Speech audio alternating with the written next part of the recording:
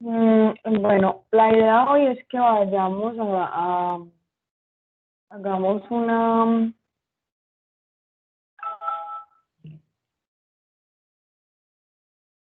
que me está escribiendo la practicante de la universidad. ¿Se acuerdan de Karen? La chica que está haciendo la práctica con el grupo CB. Pues ella por ahora está observando las clases, pero igual, pues la clase de hoy para que recordemos como todas esas cosas. Eh,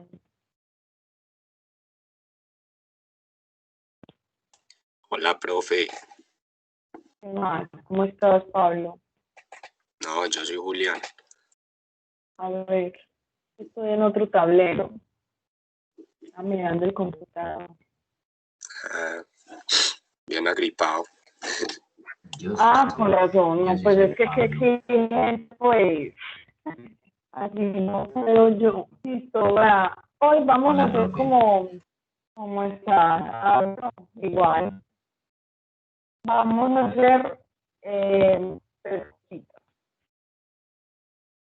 Vamos a repasar lo que se ha podido avanzar durante el año, ¿cierto? Como para recontextualizar, porque estuvimos casi un mes sin conectarnos.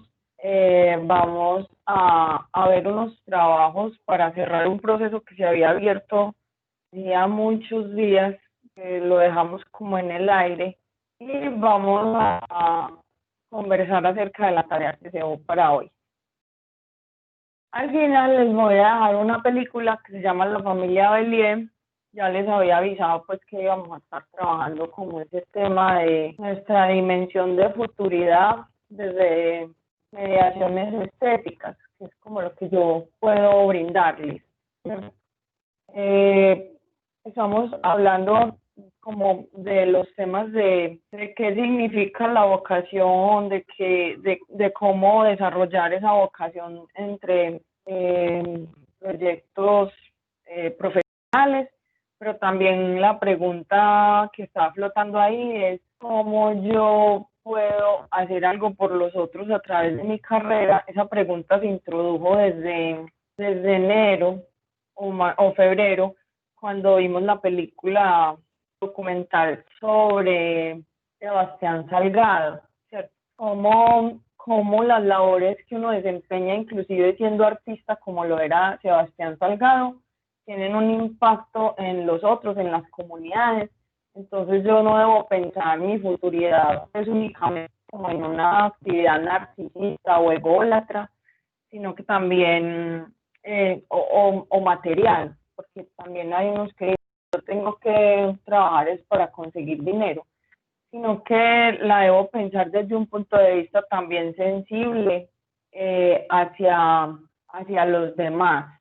Cada una de las tareas que escogemos desarrollar en el transcurso de la vida, si bien nos da sustento, si bien nos permite pues una vida digna desde el punto de vista material, de todas maneras también nos implica una pregunta por lo que estamos aportando. Entonces, a veces, desde un punto de vista muy ideológico, se considera que hay algunas cosas que no sirven para nada, como el arte, o como la psicología, o como la antropología, porque se cree que si algo no da dinero, entonces es inútil. Y es una concepción, una manera de pensar que hablábamos en estos días a propósito de las carreras que presentaba ese convenio interuniversitario de universidades privadas.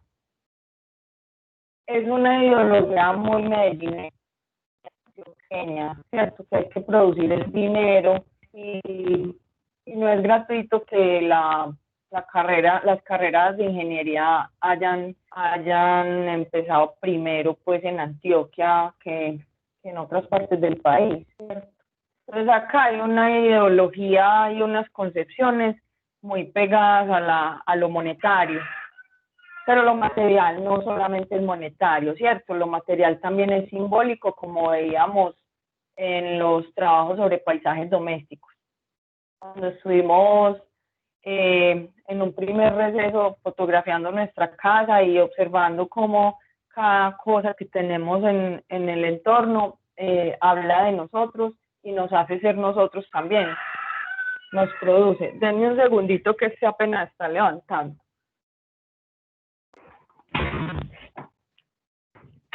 Entonces, el arte y otras formas de trabajo o de vivir la vida o de instalarse en el mundo son consideradas inútiles en esa lógica, pero acá en esta clase sostenemos que no, que la utilidad de algo, la utilidad de una actitud o la utilidad de un pensamiento o la utilidad de la manera en la que hago las cosas no está dada por cuánto dinero me reporta eso, sino que se hace importante desde el punto de vista humano para la existencia como tal. Entonces, por eso, por ejemplo, en el momento en el que nos dijeron que nos debíamos quedar dentro de las casas, aparte de pensar en todas las implicaciones reales que eso produjo, por ejemplo, a las familias que se quedaron sin empleo y sin dinero para mercar, que eso es muy real y es pues, prioritario. De todas maneras, también debemos pensar en nuestra dimensión estética como algo valioso que se debe seguir desarrollando, nuestra capacidad de expresarnos, nuestra capacidad de tomar entre manos el mundo y transformarlo. Entonces, la estética vendría siendo esa dimensión de la capacidad humana de transformación del mundo, y en esa medida la estética no es solo artística, sino que también es ética, ¿cierto? Porque yo debo hacer esa transformación del mundo a través de una ética. O sea, yo transformo el mundo si voy y devasto un bosque, pero eso es ético, ¿cierto?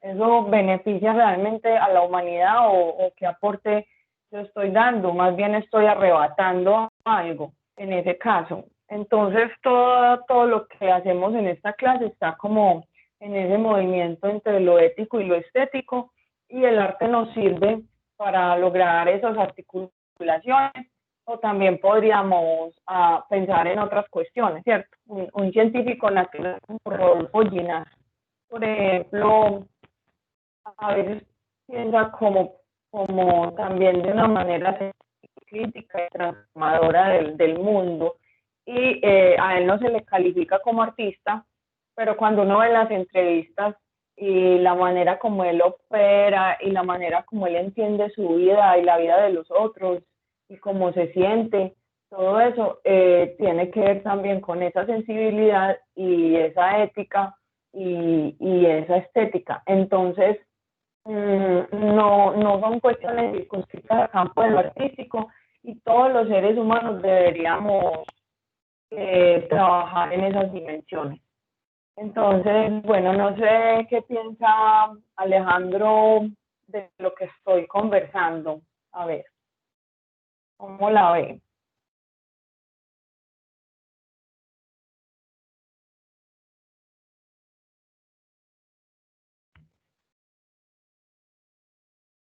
Pero es que no le escuché bien, pues se le escuchó muy entrecortado.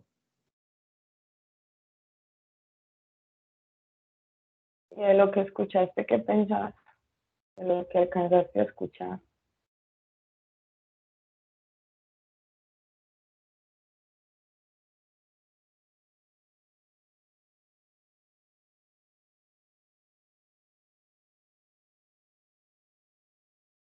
No, profe, la verdad no, pues no tengo nada que decir, pues no le escuché como le digo.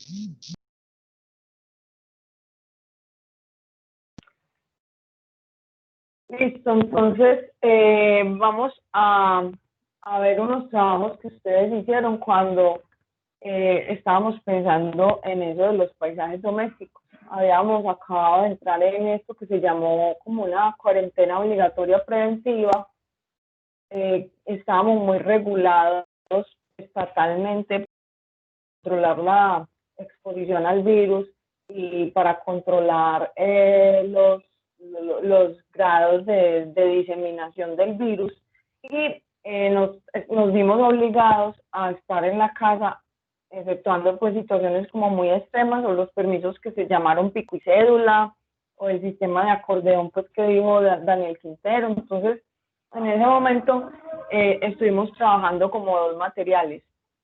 Unos que tuvieran la posibilidad de acceder a Netflix, trabajaron unos cortos que se llamaban Homemade y otros que no quisieron o no podían acceder a esos cortometrajes, revisaron unas diapositivas que les envié sobre paisajes domésticos y todo lo que significaba, pues allá había unas explicaciones sociológicas, antropológicas y estéticas de lo que significa entonces un paisaje doméstico y la manera como disponemos un espacio y cómo domesticamos ese espacio y ese tiempo los seres humanos, interactuando con los demás y con el mundo material, o sea, con los pisos, con las paredes, con los muebles, todo eso son interacciones.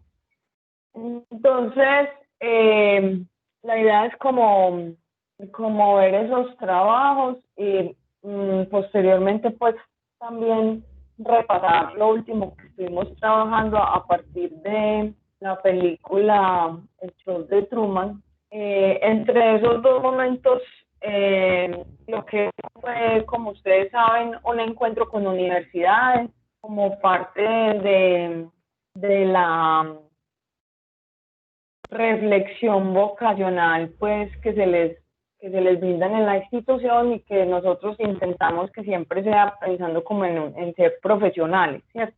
Como que esa sea la ruta y la vía que ustedes elijan en términos concretos, porque es la ruta más concreta también, perdón la redundancia, para uno poder dar algo de sí mismo al contexto cuando ya está decidiendo cómo va a vivir. Entonces, por eso, pues el repaso de lo que se hizo con esas universidades lo voy a omitir. Yo creo que ya todo el mundo tomará para sí mismo lo que logre tomar a partir de esas introducciones que se hicieron con la nacional, con la de Antioquia y con el cúmulo pues también de universidades privadas con los que estuvimos en un encuentro un jueves. Por eso vamos a repasar solamente esas dos cuestiones. Bueno, no sé si tienen alguna pregunta hasta acá. No, profe, todo bien. Bueno, entonces vamos a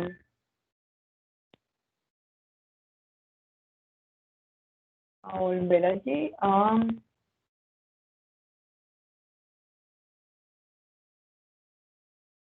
a esto que llamamos paisajes domésticos. Vamos a ver algunas de las fotografías, porque no todos presentaron fotografía, algunos hicieron análisis pues del corto de Homemade. Entonces, habíamos pensado en dos objetivos de esta actividad, ¿cierto? Uno era pues esa interacción con trabajos de artistas y con cuestiones sociológicas y antropológicas sobre lo que significa el habitar y lo que significaba el encierro. Pero también quisimos trabajar a partir de ahí unos elementos de la fotografía que eran los planos fotográficos. Había unas personas que hicieron como ambas tareas, como que analizaron el corto y también presentaron fotografías. Entonces, eso pues es como muy valioso, la verdad, porque entre más ustedes se expongan, digamos, a este tipo de reflexiones, pues más van a desarrollar la sensibilidad, que es uno de los objetivos de estos encuentros. Aquí vemos la segunda fotografía. Vamos a ir recordando que este trabajo tenía que ver entonces con los paisajes domésticos y con el uso que se le da a los espacios y los significados que también se les dan. Entonces encontramos unos relatos que nos ayudaban como Vamos a ver, porque está pues así, otra vez. ¿Cómo los seres humanos configuramos materialmente y socialmente los espacios, cierto? El hecho, por ejemplo, de que muchos de los comedores estuvieran frente al televisor, eso ya dice algo sobre esa familia, ¿cierto? Sobre cómo se interactúa en la mesa, o el hecho de que se clausure una silla. Bueno, ¿qué tamaño tiene el televisor? ¿Qué importancia se le da en la sala? Si tienen en la sala de la casa, ay, Dios mío, esto no me va a dejar.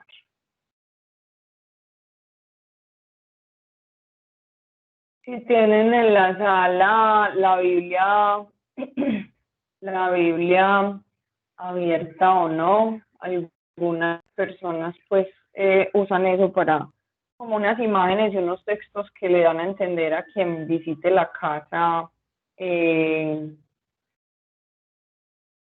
cuál es como la opción religiosa de la familia, entonces le dan mucho protagonismo pues al atril, se usa ese objeto del atril para ubicarse en ese sentido. Y siempre se habla de esas interacciones, de la configuración social y material, ¿cierto? Entonces decíamos que los paisajes domésticos son las formas en las que los seres humanos domesticamos los espacios y los tiempos, de manera que configuramos unos significados de lo que somos, también de lo que queremos ser, ¿cierto? De futuridad. Aquí, por ejemplo, esto es un calentador. Uno ahí ya puede ver que esta fotografía es en otro contexto. En Colombia este aparato no existe porque pues, no lo necesitamos en la mayoría de las casas. Entonces, la imagen me habla de aquello que significa el habitar para una persona y cómo las personas vamos configurando de manera muy autónoma esos lugares, ¿cierto? Aquí apareció otro elemento que Steven nos mostraba, ese elemento, ¿cierto? Que también últimamente se ha ido instalando en las casas porque se considera como muy importante el ejercicio. No todas las épocas del mundo han dado tanta importancia al ejercicio. De estas fotos, interesante, por ejemplo, este rincón. Aquí en este espacio de la casa hay como un altar al pasado de la familia, de lo que se ha compartido en común. Entonces, estos objetos son como museísticos, ¿cierto? El teléfono, la máquina de coser y este álbum expuesto al público en donde aparece pues la pareja, es como la que funda la casa, o sea, a través de ellos ya se desarrolla todo, porque son los que trabajan en la configuración familiar y alrededor de ellos pues van apareciendo diferentes momentos. Ahí se nota también como unas fotos son de colores, otras son de blanco y negro, entonces hay una intencionalidad en la distribución temporal del álbum, van como de una época hacia otra, eso, todo está súper planeado y en estos términos entonces se habla de un tipo de configuración espacial de esa familia a la que le parece importante su pasado familiar. Acá también nos mostraron una manera, miren, unas escalas, un espacio de la casa que normalmente no se tomaría como tan importante como en este caso, que las intervenciones a la pared y ya hay unos objetos que empiezan a funcionar en esa pared, a comunicarse unos con otros y a crear significados. Las pinturas, pues, que parece que son hechas por las propias personas de la familia, las imágenes religiosas de lo que consideran importante, y este otro dibujo también que parece que fuera de una parejita, pues, como tradicional de la familia.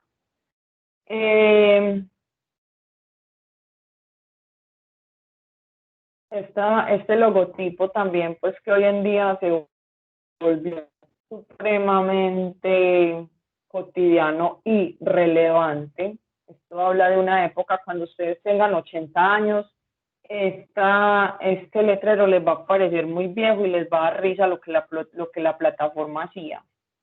Entonces, el hecho de que la foto esté en blanco y negro también es muy, muy interesante, pues, y se está acá, en este caso, sí se está tratando como de mirar los planos fotográficos de manera más intencionada, que se viene a ser como el objetivo, pues, también, que de verdad haya una intencionalidad y un intento de dominar esas visualidades que aparecen cuando uno toma fotografía. De eso se trataría el aprendizaje, pues como también de fotos. Vamos a ver qué más, si hay más fotos. En ese momento no me acuerdo. Ahí es como mucho documento. Bueno, y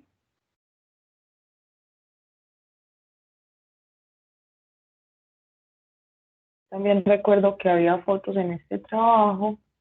Esto pues, una foto que parece tan silenciosa. Este trabajo en particular me gustó mucho porque dio de mucha sensibilidad a lo que se observaba, a lo que se escribía alrededor de lo que se observaba. Hay como toda una estética configurada ya como desde una estética propia que toma elementos pues que ya existen, pero los apropia y los vuelve para sí mismo. Entonces, esto ya habla de un montón de prácticas y de gustos y de formas en las que se ordena lo propio en el espacio. Bueno, entonces eso era como lo primero que les quería mostrar del trabajo de sus compañeros. Y denme un segundo, yo veo que le pasó a mi cámara.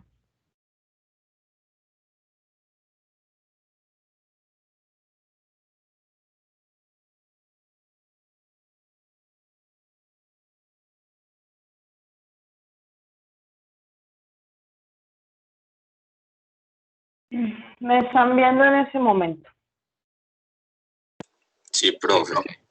Sí, profe. Gracias. Bueno, entonces, en resumen, ese trabajo, pues, en ambos sentidos, o sea, cuando queremos hablar de un tema, no importa únicamente el tema o la intención ni el interés, sino que debe haber un dominio técnico de la manera en la que yo quiero hablar ese tema. Es decir, yo quiero leer una poesía, debería tener algunos elementos de cómo se configura un poema.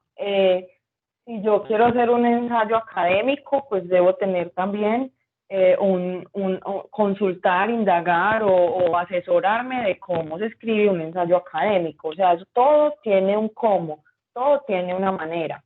Y la manera termina influyendo el mensaje. Si yo escribo con algodones sobre el agua, estoy aquí, el hecho de que el algodón con los días se vaya disolviendo, entonces le da un significado a una frase, ¿cierto? El estoy aquí, imagínenselo, tomaría un significado. Pero si esa misma frase, estoy aquí, la tallo sobre una piedra, entonces ya que entra a significar la misma frase. O si la frase estoy aquí, uno de ustedes la raya con el compás sobre una silla del colegio, ya que entra a significar esa frase. Entonces, los medios y la materialidad, la manera como yo materializo algo, influye en el mensaje. Por eso es importante dominar algunos elementos. En este caso veníamos trabajando con fotografía y queríamos que fuera la fotografía aquella que nos permitiera dar algunos mensajes. Por eso los planos fotográficos importan porque nos ayudan a darle contundencia a ciertos asuntos. O sea, dada la imagen, yo elijo la composición y también a través de los planos, pues hablo de algo. Entonces no es lo mismo que la misma persona sea fotografiada de abajo hacia arriba, de arriba hacia abajo, en plano cenital, o que se haya fotografiado su cuello como si estuviera siendo espiada o algo así. Entonces eso es importante, lo de los planos. Y a propósito de las imágenes, se nos indicó que ustedes deben mantener las cámaras prendidas durante la clase. El rector lo ha dicho ya en reuniones con padres de familia, lo ha dicho en circulares. Se los recuerdo que es una indicación que mantengan las cámaras prendidas. Bueno, voy a continuar. Entonces, lo de los planos fotográficos no era una técnica ya, sino que en sí mismo el propio plano ya genera un mensaje. Y eso es lo que hemos intentado como hablar en estos tiempos. Ahora, después de este trabajo de paisajes domésticos, entonces continuamos con eso de las universidades y más adelante estuvimos trabajando una película que se llamaba El Show de Truman, ¿cierto? De esa película me gustaría que recordemos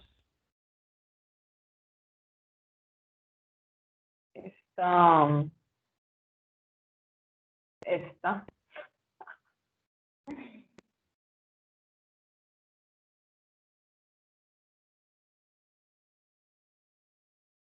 Yo me había pasado para esta plataforma porque pensé que era mejor y ya me tiene aburrida.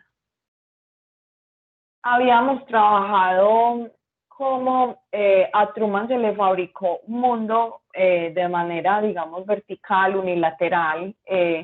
El creador de ese mundo para Truman pues tenía un interés básicamente comercial, pero le decía a Truman que su interés era que él estuviera bien, que la vida realmente no era tan linda como se lo habían fabricado, o sea que lo engañaba, ¿cierto? Lo engañaba porque necesitaba que Truman permaneciera ahí.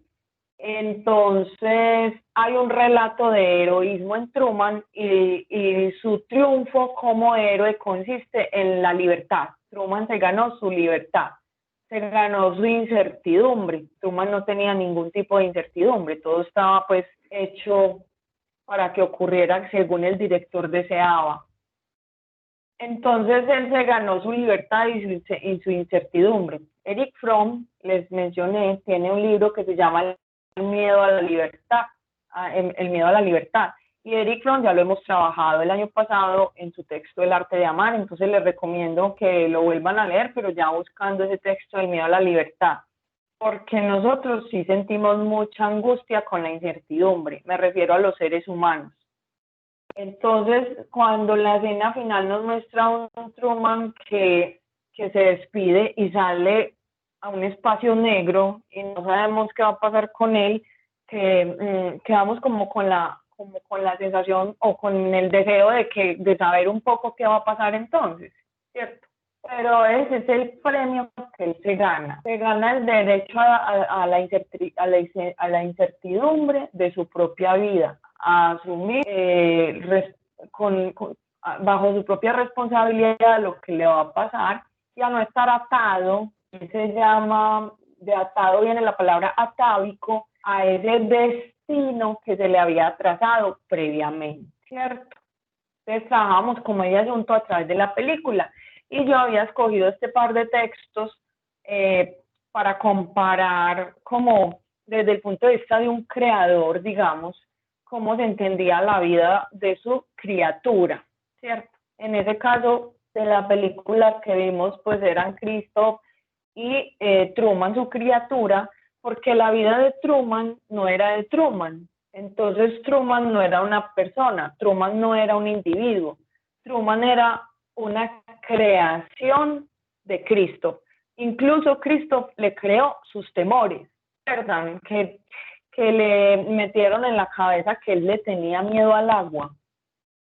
Y eso era una ficción, digamos, era un engaño que le habían, con manipulaciones se lo habían generado para que él no saliera de allá. Entonces Truman no era un individuo, Truman era un objeto de otra persona, del deseo de otro. Y a veces en la vida nos puede pasar eso, cuando no nos individualizamos, cuando no, nos decía Erickson el año pasado, es que hay que conservar.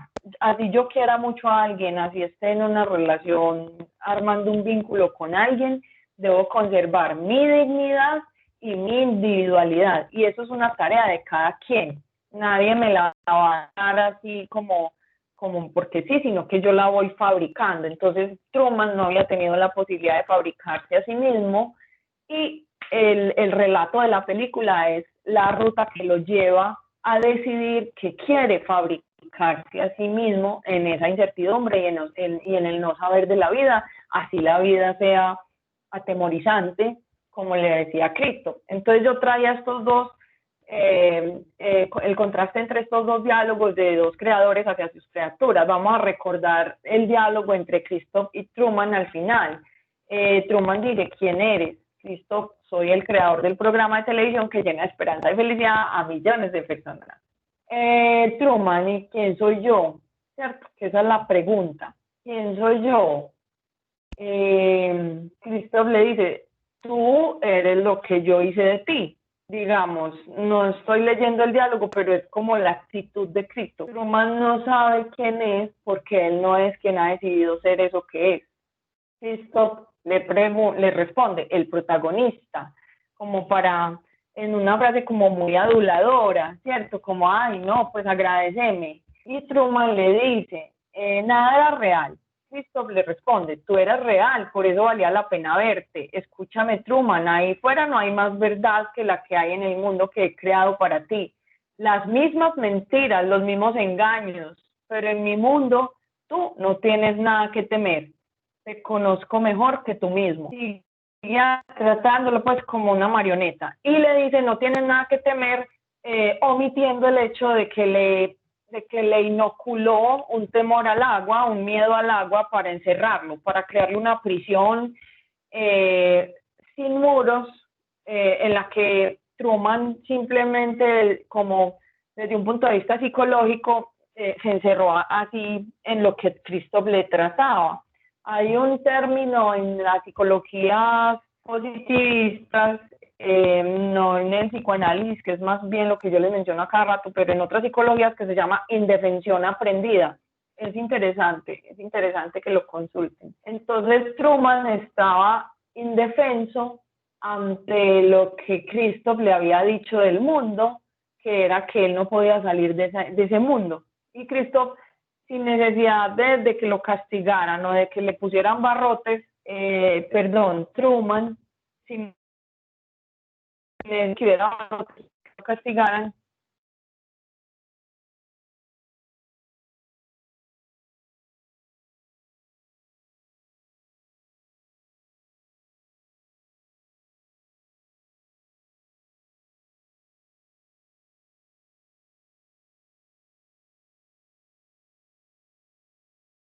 Profe, no se le escucha. Que era el único. Profe, se quedó en silencio.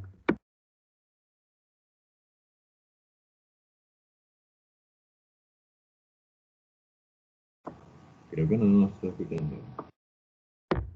Profe, Profe,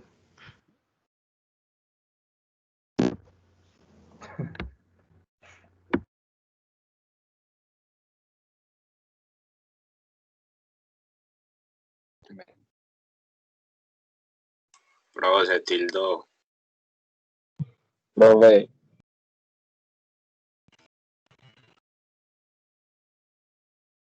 profe,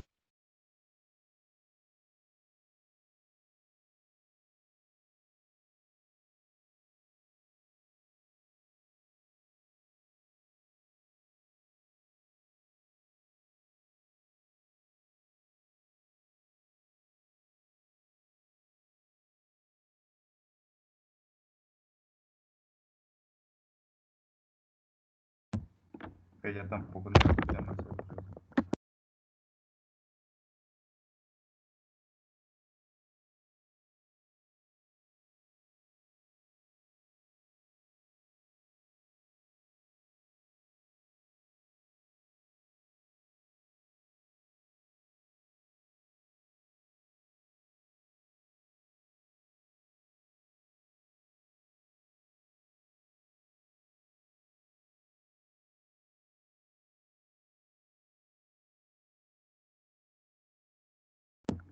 Profe,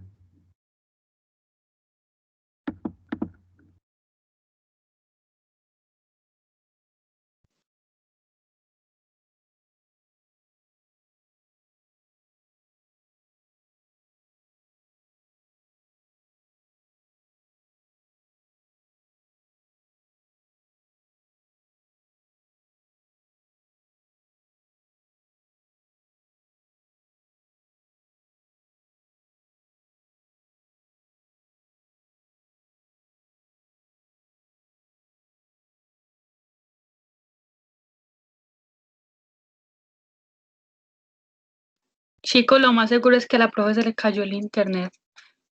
Hay que tener un poquito de paciencia. sí, pues. Pero vea que sigue hablando. No se le tildó.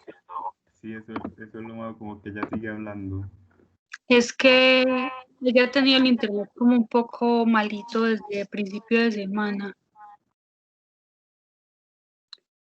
Entonces, no sé, aquí estoy tratando de comunicarme con ella por WhatsApp, pero tampoco le funciona. Entonces, de pronto fue que se le tildó.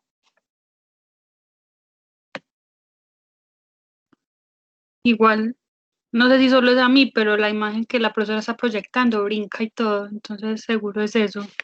Sí, sí. Sí, es verdad. F.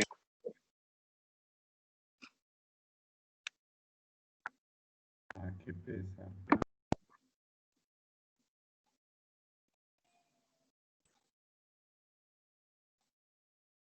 ¿Y cómo han estado? ¿Me recuerdan? No, ¿quién es usted? Yo soy la niña que está mirando qué hacen de la universidad. Ah, Karen. Soy practicante, sí, hola. Así es que no Obvio, había, profe, ¿cómo no?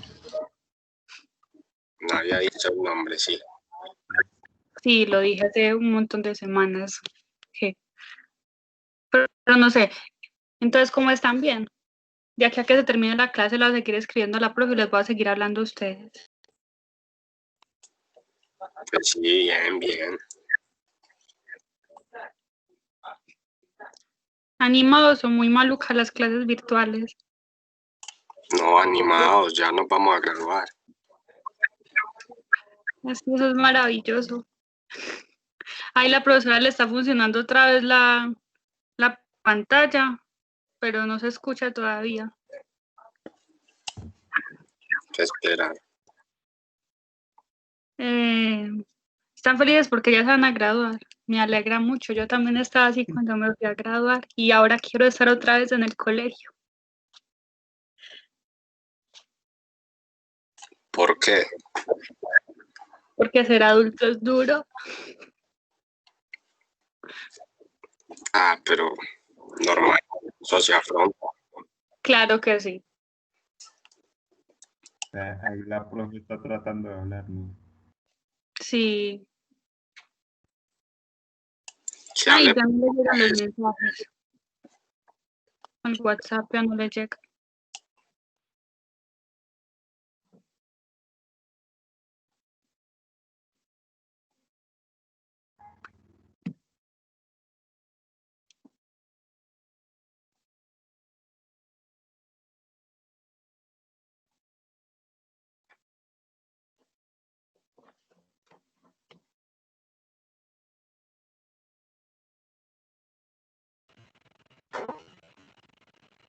Ahí la cabecita tiene hipertensión, pero que no sabe qué hacer.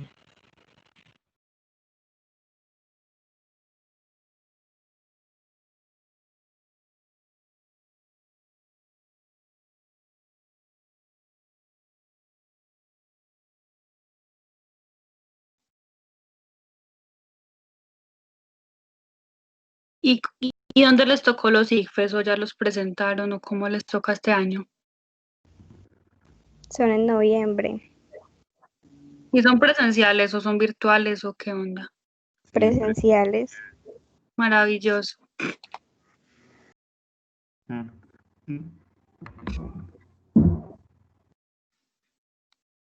¿Y preparados o nada? Más o menos, a lo que se venga.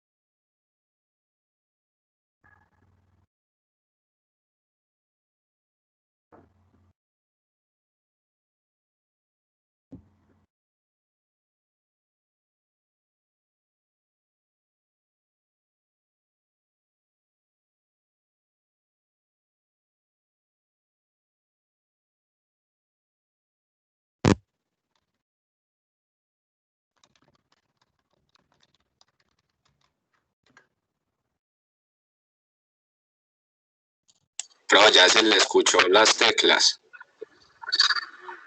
Ah, entonces ese aparato se dañó. Lo acabé de apagar y ahí mismo funcionó todo. Qué rabia. Ay, juepucha. No, yo no sé, ya se acabó la clase. Oiga, si vieran lo que les dije. No, yo estaba aquí toda inspirada. No, yo no.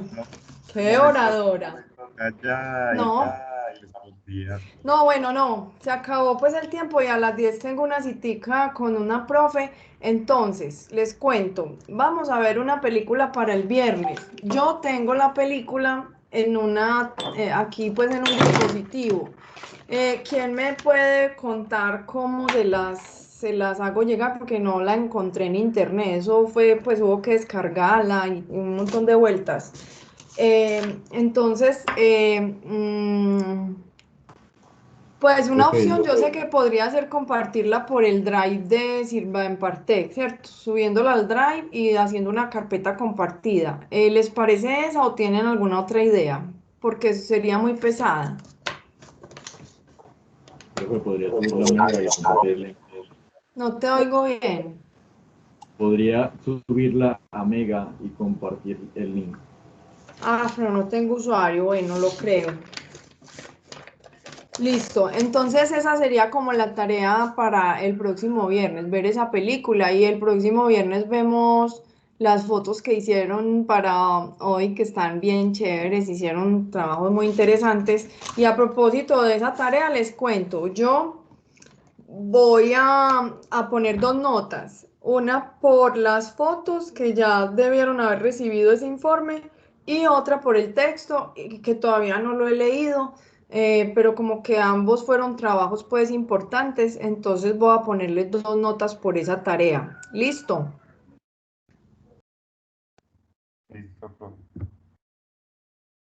¿Cómo se han sentido? ¿Están tristes? ¿Qué pasa?